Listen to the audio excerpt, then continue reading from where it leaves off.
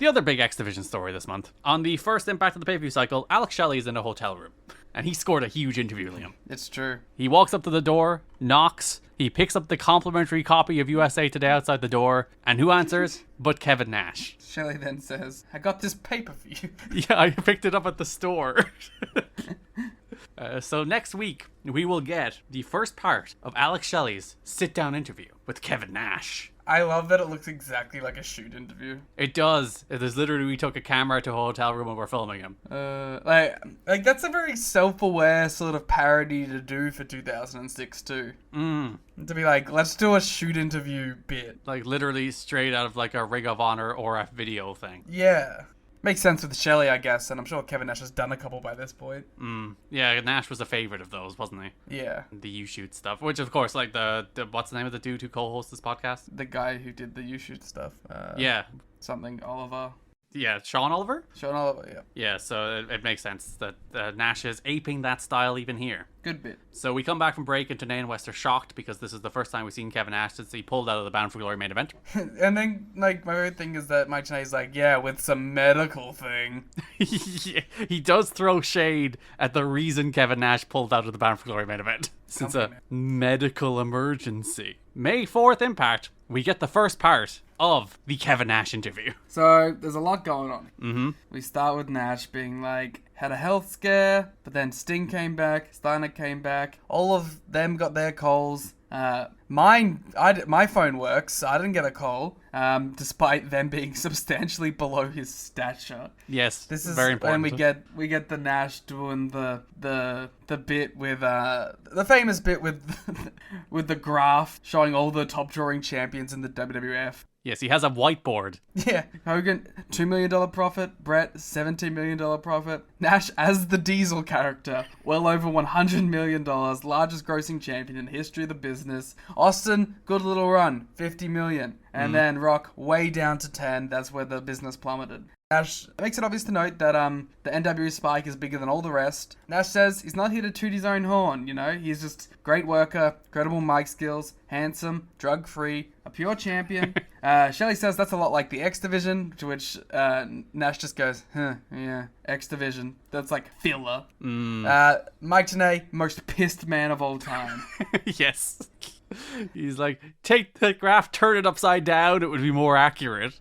I guess technically, yeah. It probably would be closer to accurate. So yeah, this is sensational because it's the peak of Kevin Nash, which is himself taking nothing seriously, but also putting a role that's not meant to be that serious. Yeah. And like, there's of course a bunch of stuff about like, should you do this with the X Division, which I think is fair to talk about in 2006. Like in the moment, it is fair to the like when Kevin Nash is coming in and being like, the X Division sucks. I hate the X Division. I'm better than the X Division. I'm going to wrestle the X Division. I think it is fair to think about like, is that what you should do here? And the answer is probably no. But also, you know, we're 18 years later. Who gives a fuck? You know? Yeah.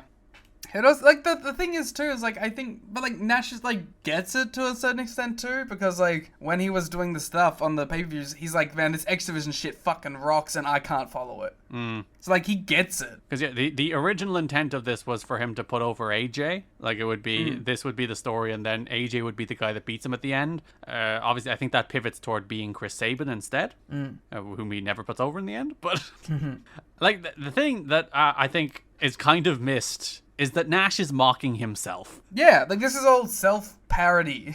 Like Nash is a buffoon who's being a stupid idiot who has an overinflated sense of who he is and what he's achieved in the wrestling business, and he is mocking himself. And there's a little bit of like, oh, this is burying the X Division. How ridiculous! Like it's very funny that like Dave, like there's a note. If this interview is as described, they might as well have stuck a stake through the heart of the company. The story going around was the interview was arrogant as hell and buried everyone indirectly. And it's like, no, it buried Nash. That wasn't it at all. Yeah, but like I guess like if you heard what the interview was about without seeing the way it was delivered, you might think that. But like seeing it, I don't know how you can have that opinion at all. Which Dave didn't have that opinion. He thought it was pretty funny.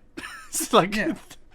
So like that's just the thing of like what you hear versus what it is, you know. Very good bit. The show poster, of course, of this month is the graph, the whiteboard graph. And that may be, we're looking into it, we'll see how it goes. That might be our first t-shirt. It's an insane first t-shirt. Yeah, the Nash graph. The next week, we have a follow-up interview. JB has Team USA backstage, and Alex Shelley is like, hey guys, how you doing? This is my favorite bit of this whole thing, where Shelley's like, guys, I know you don't like me. I don't like you. Jay Lethal. Yeah, the shot at Jay Lethal is very funny. And Lethal's like, what the fuck? Yeah. But he says, like, as an X Division wrestler and as a humanitarian and a friend, and he touches Chris Sabin, it would be remiss if he didn't show them the second part of the Nash interview. And we cut to Nash, and Nash goes that, well, my October 2007, end of my contract. They did all that for Sting. They should do a lot more for Kevin Nash, you know? So he's pissy about Nash not being pushed to the extent of Sting, and he's going to go after their little pride and joy, the X Division. That's going to be retaliation. Because if you destroy someone's identity, you become its identity, and then he'll have loads of leverage for his contract renewal. Solid plan. I love the line that a mediocre big man would destroy the best small man night in, night out. It's like, you chuck Cheeks in there with Chris Sabin, Cheeks is still winning. Nash asks Shelley what the tagline of the X Division is. Shelley says, well, he didn't come up with it, but it's not about weight limits, it's about no limits. Nash says, first of all, take credit for anything you can. Mm-hmm. So that's lesson number one. Very important. But he wants to see them back it up, and he says he's going to bash them all, and he wants to fight them all. And then they come back to Team USA, who are like really mad, and Shelley's like, whoa, whoa, whoa. It missed the part where I went to the defense and to the bat of the X Division, and I told him how much it meant. I do like that it's a paparazzi production. So Yeah, it's like, the thing that he controls the edit of. You missed the important, valiant defense of the X Division. Oh, guys, it was right there. And then that's when we get the whole, like, Dut going, I'll beat the hell out of Kevin Nash. Yeah, as Shelley mentions that Nash will be at Sacrifice. Yeah, it's really funny. It's like the best of the best. Yeah, and Nash and Shelley, perfect comic duo, great energy, bouncing off each other. They're so good. Detroit boys. So after the gauntlet match at Sacrifice, Puma, who had gone the distance, he finished second in the end, but he was with one of the first two out, so he went right the way through the match. He's standing in the ring, all beat up, when suddenly Kevin Nash appears and Jackknife powerbombs him. And he beat him. Best big man, little man. Nash says somebody must have pissed him off to get him here on Mother's Day. Big pop. It's like, was there a guy called Incognito in this match? Might as well have been an Incognito Battle Royal, because there was a bunch of nobodies here. Says Puma was the runner-up, and he got no offense in on me. Nash once again reiterates that a mediocre big man would always beat the best X Division wrestler, and says size matters. That's penis. Contrary to what Puma's mother might have said to him, size does in fact matter. I don't know what that implies, Kevin Nash. Yeah, why is Puma talking with his animalistic mother about penis sizes? Yeah. As noted, the original plan was for AJ to face Nash, but it's apparently going to be Chris Sabin next, with a note being Chris Sabin is considered a favorite of the booking committee head, Scott D'Amore, so he was chosen for that spot. I'm shocked.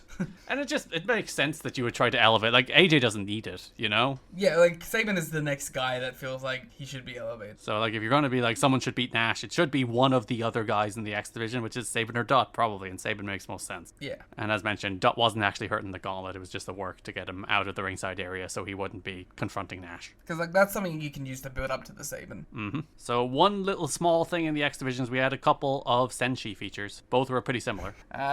Warrior, I'm here to fight. Yes, that was pretty much the entire thing. So yeah, April 27th Impact, he spent 4 years in Japan working up the discipline, dedication, and respect of the wrestling world. Now he's returning to rule the X Division. Yeah, Loki, full of respect in the wrestling world. Well, he thinks he is. He respects himself. He does. And is that not the most important thing? That is the most important thing. Then the next week, Senshi talks about how tough and cool he is and how much he fought and how all the martial arts have given him more skills. Dominated once again, as Senshi promises to become X Division champion. And noted Loki has signed a 3-year contract with TNA. And in typical Loki fashion, does not stay for 3 years. It's really funny. God bless the man. What do you gotta tell him not to, you know? It's like... You gonna tell Loki not to be Loki? Yeah, then if Loki is not Loki, what is the point of having Loki? I like how I turned from Loki to Loki at the end there. Marvel's Loki. They should put Loki in Loki. Crazy. Especially because it's a multiverse show. They should just cut away to a multiverse where Loki is Loki. That would require more than 30,000 people in the world to get it. Yeah, but it would be really funny. It would be funny for us exclusively. Especially if he's just like, warrior.